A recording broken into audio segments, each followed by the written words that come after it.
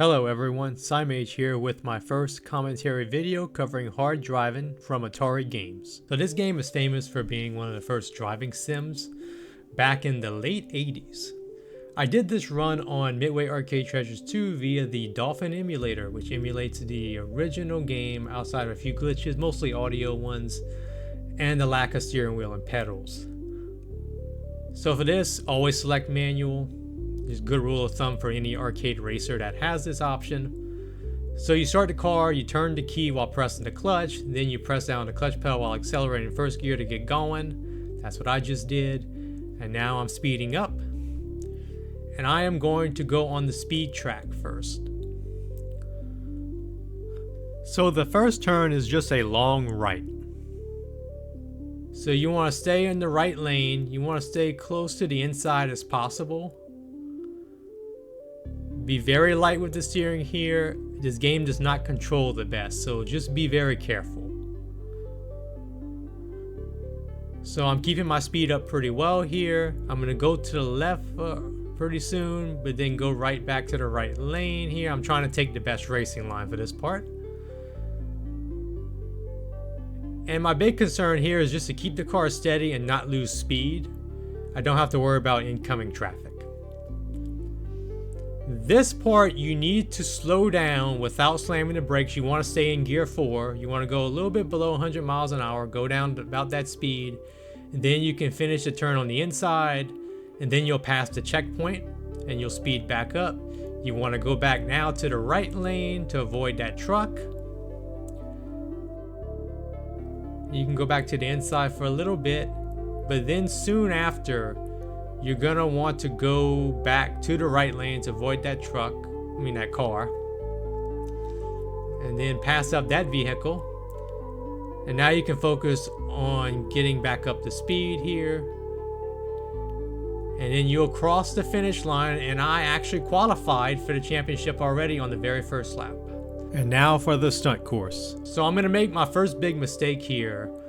I'm gonna try to do a shortcut, but I'm not gonna execute it well. And by the way, if you hit the cow, it does go moo. So I go down the ramp, more like a little mini jump. Then I'm getting ready for the big ramp right here, and you're gonna wanna hit the brakes.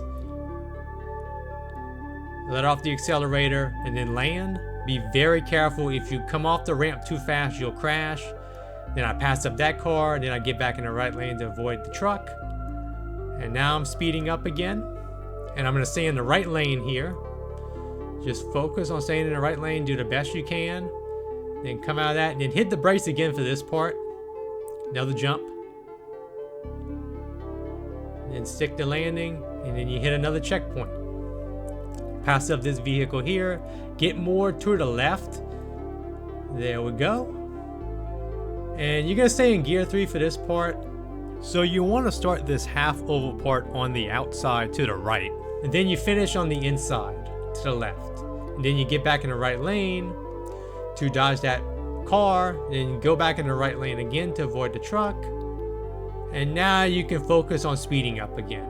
The rest of this track is pretty easy. You will pass up this car here. Not too hard to do. And then watch out for that other car. But otherwise, it's not very hard to do. And that's another lap finished. So that also would have qualified me, and now I'm going to run out the remaining time. So one thing I want to point out about this game in particular is that it's actually very fair for an arcade racer. There's no RNG related to the other cars, whether it be the ones in the right lane or the incoming traffic that you experience. They all come in at the same points every time.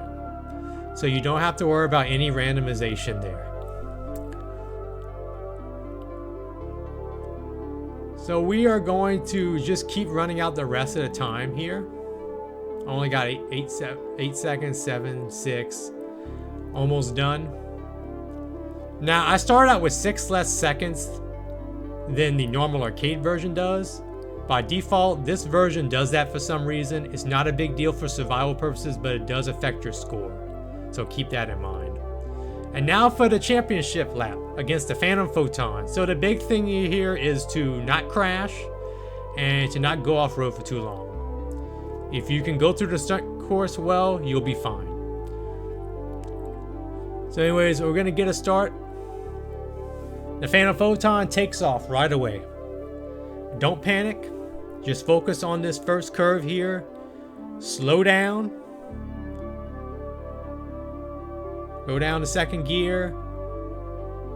You want to exit that ramp at about 60 miles an hour, maybe only slightly over, but don't go too far over. Then for the big ramp, you want to hit the brakes again. Brake good, but not too much. Stick the landing and just take your time.